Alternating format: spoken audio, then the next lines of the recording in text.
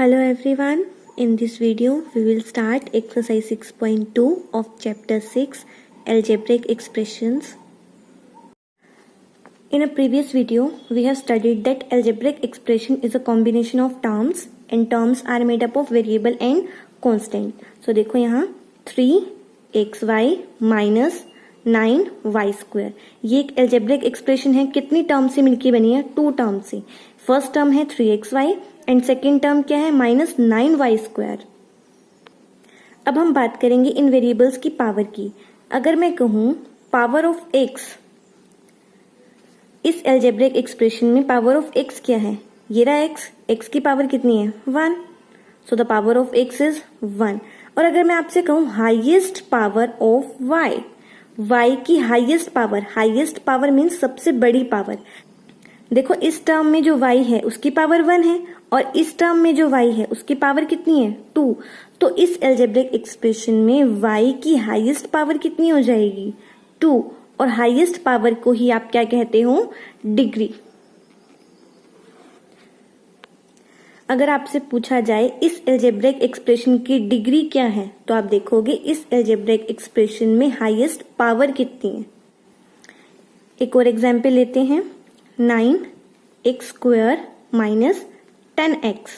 Now highest power of x is 2. इस term में देखो x की पावर कितनी है? 2.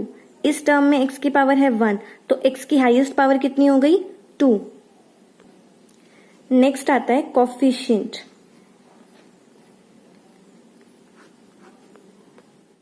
4x square y minus 9x. ये एक एल्जेब्रिक एक्सप्रेशन है. इसमें अगर आपसे पूछा जाएगा कोफिशिएंट ऑफ x स्क्वायर का कोफिशिएंट बताइए तो सबसे पहले आप ये देखोगे कि x स्क्वायर कौन सी टर्म में है. देखो इसमें 2 टर्म्स है 4x square y and second term is minus 9x. x square जो है वो इस टर्म में है तो term containing x square is 4x square y. अब आपको बताना है कोफिशिएंट ऑफ x स्क्वायर. तो आप कोफिशिएंट के लिए क्या करोगे? देखो x स्क्वायर का कोफिशिएंट अगर पूछा जाएगा तो x स्क्वायर के साथ जो भी होगा वो क्या होगा? उसको कोफिशिएंट. x स्क्वायर को छोड़कर x स्क्वायर के साथ जो भी होगा वो क्या हो जाएगा? x स्क्वायर का कोफिशिएंट क्या है? 4 एंड हियर इज y. सो इस एल्जेब्रिक एक्सप्रेशन में x स्क्वायर का कोफिशिएंट क्या हो जाएगा? 4y. और इसी में ही अगर आपसे पूछा जाए कोफिशिएंट ऑफ x का कोफिशिएंट तो सबसे पहले आप ये देखोगे कि x जो है वो कौन सी टर्म में है? सेकेंड टर्म में ना. देखो यहाँ x स्क्वायर है बट आपने x raise to the power 1 का कोफिशिएंट बताना है तो आप देखोगे x raise to the power 1 कौन सी टर्म में है? इस सेकेंड टर्म में है माइनस 9x में. तो टर्म क्या हो गई? Minus 9x. अब इसमें आपको कोफिशिएंट बताना है, x का कोफिशिएंट बताना है तो x को छोड़कर x के साथ जो भी होगा वो क्या हो जाएगा? उसका कोफिशिएंट. तो इस एल्जेब्रिक एक्सप्रेशन में x का कोफिशिएंट क्या हो जाएगा? माइनस 9. नेगेटिव साइन आपने स्किप नहीं करना है. नेक्स्ट आता है न्यूमेरिकल कोफिशिएंट. अभी हमने देखा सिर्फ कोफिशिएंट, अब हम देखेंगे न्यूमेरिकल कोफिशिएंट क्या होता है. देखो न्यूमेरिकल कोफिशिएंट आपको नाम से ही पता चल रहा है. Numerical means numbers. आपको सिर्फ नंबर्स बताने हैं. तो यहाँ अगर आपसे पूछा जाए numerical coefficient of x square का आपको सिर्फ न्यूमेरिकल कोफिशिएंट बताना है तो देखो x स्क्वायर वाली टर्म कौन सी है? ये वाली माइनस 3x स्क्वायर. तो इसमें न्यूमेरिकल कोफिशिएंट क्या है? नंबर क्या है? माइनस 3. और अगर इसी में ही आपसे पूछा जाए न्यूमेरिकल कोफिशिएंट ऑफ y का न्यूमेरिकल कोफिशिएंट तो सबसे पहले अभी देखो y कौन सी टर्म में है? इस टर्म में तो y स्क्वायर है तो आपको ये टर्म तो नहीं लेनी, आपको सिर्फ y वाली टर्म देखनी है. y कहाँ है? फर्स्ट टर्म में 3xy में. टर्म कौन सी हो गई? 3xy. इसमें आपको बताना है y का न्यूमेरिकल कोफिशिएंट. तो न्यूमेरिकल कोफिशिएंट यानी दिस 3. अब इसमें आप x नहीं लोगे. अगर आपसे सिंपली कोफिशिएंट पूछा जाता तो आप बताते कि 3x. अगर आपसे पूछा जा रहा है न्यूमेरिकल कोफिशिएंट तो आप सिर्फ नंबर बताओगे, that is 3. Now exercise 6.2 first question is frame the algebraic expression for the following statements. अब आपको यहाँ कुछ स्टेटमेंट्स गिवन हैं. इन स्टेटमेंट्स के लिए आपने एल्जेब्रिक एक्सप्रेशंस बनाने हैं. सो देखो first part is 3 times x is added to 11। देखो क्या गिवन है कि 3 time of x is added to 11। 3 time of x यानी 3x। 3x को आपने ऐड करना है किसमें? 11 में। तो अलजेब्रिक एक्सप्रेशन क्या बनेगा? 3x plus 11। So for this algebraic expression is 3x plus 11। जैसा जैसा लिखा है बस वैसा वैसा करना है। Next B part, 1/3 of a number m is subtracted from 7 times n। 7 times n यानी 7 मल्टीप्लाई n यानी 7n। 7n में से आपको सब्ट्रैक्ट करना है क्या? 1/3 ऑफ अ नंबर m। एक नंबर m है उसका 1/3 आपने सब्ट्रैक्ट करना है। तो 1/3 ऑफ ए नंबर m यानी m का क्या कर देना है आपने? 1/3 और उसे सब्ट्रैक्ट करना है 7n से। सो ये क्या बन जाएगा? 7n सब्ट्रैक्ट करना है तो माइनस किसे सब्ट्रैक्ट करना है? 1/3 of a number m। So this is the algebraic expression.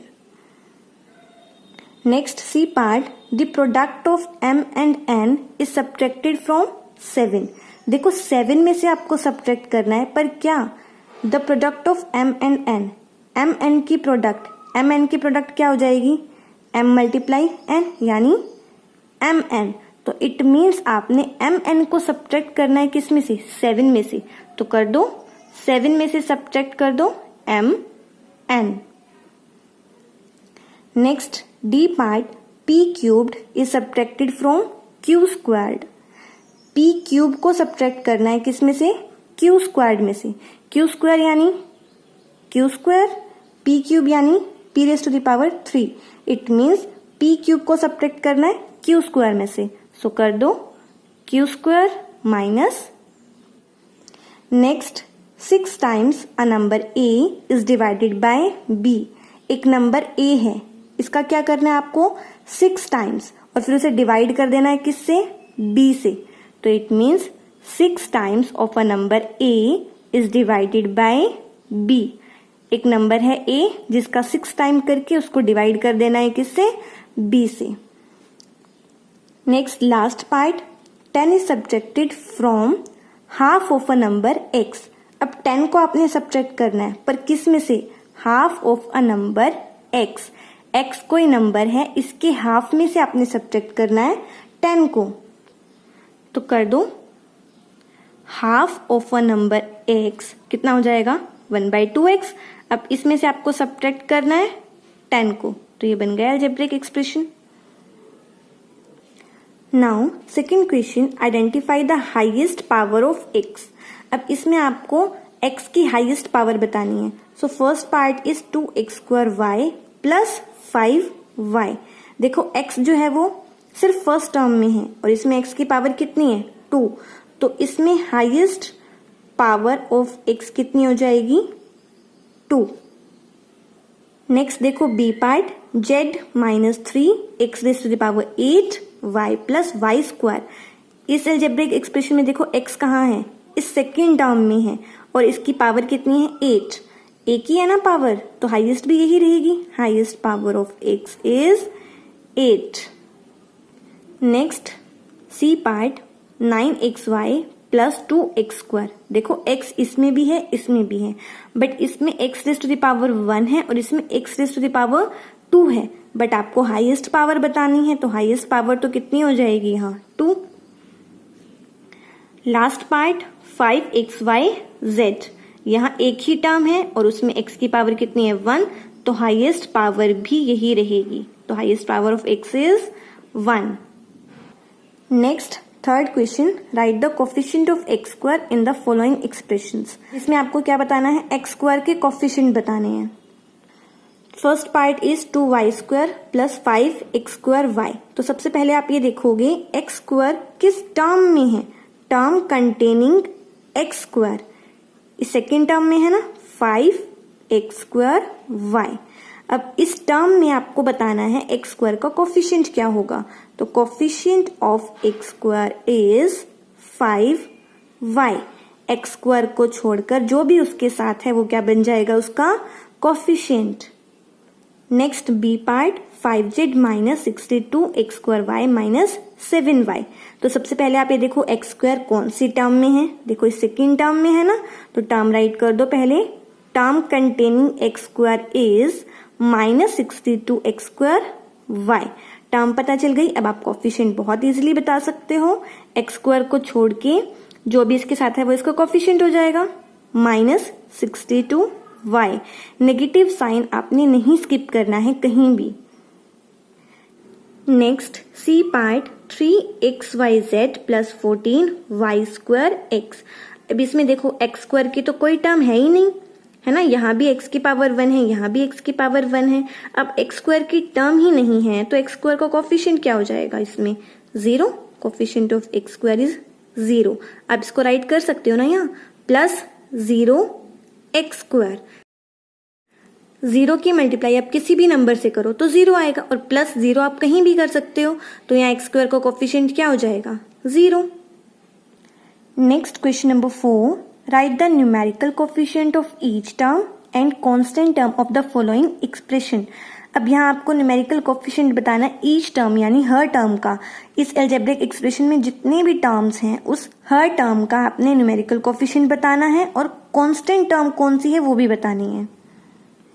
सो देखो first part 2x minus 15y plus 4xy, कितनी टर्म्स है इसमें, 3 terms.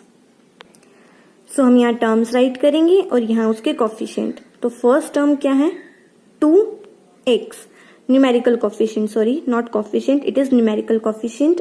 First term is 2x और इसमें इसका न्यूमेरिकल कोफिशिएंट क्या हो जाएगा, 2। And second term is minus 15y, इसमें न्यूमेरिकल कोफिशिएंट क्या हो जाएगा, minus 15। And third term is 4xy, numerical coefficient क्या हो जाएगा यहाँ, 4। नेक्स्ट देखो बी पार्ट 18 माइनस 7a²। इसमें 2 टर्म्स है। फर्स्ट टर्म क्या है, 18। देखो 18 क्या है, यहाँ कांस्टेंट टर्म है, 18 के साथ कोई भी वेरिएबल नहीं है ना, तो यहाँ आप अलग से मेंशन करोगे उसने कि कांस्टेंट टर्म क्या है इस अलजेब्रिक एक्सप्रेशन में, 18, क्योंकि 18 के साथ कोई भी वेरिएबल नहीं है, so it is a constant term. और नेक्स्ट क्या है, माइनस 7a²। इसका बताना है आपको न्यूमेरिकल कोफिशिएंट क्या हो जाएगा, minus 7। Next C part 17r⁴ minus 15 plus 25s⁻। देखो फर्स्ट टर्म क्या है, 17r⁴ इसका न्यूमेरिकल कोफिशिएंट क्या हो जाएगा, 17। Next term is minus 15। अब देखो इस टर्म में कोई भी वेरिएबल नहीं है, तो ये टर्म क्या है, कांस्टेंट टर्म है, तो कांस्टेंट टर्म क्या हो जाएगी इसमें, minus 15। And third term is 25s⁻, इसमें न्यूमेरिकल कोफिशिएंट क्या है, 25। D part try yourself.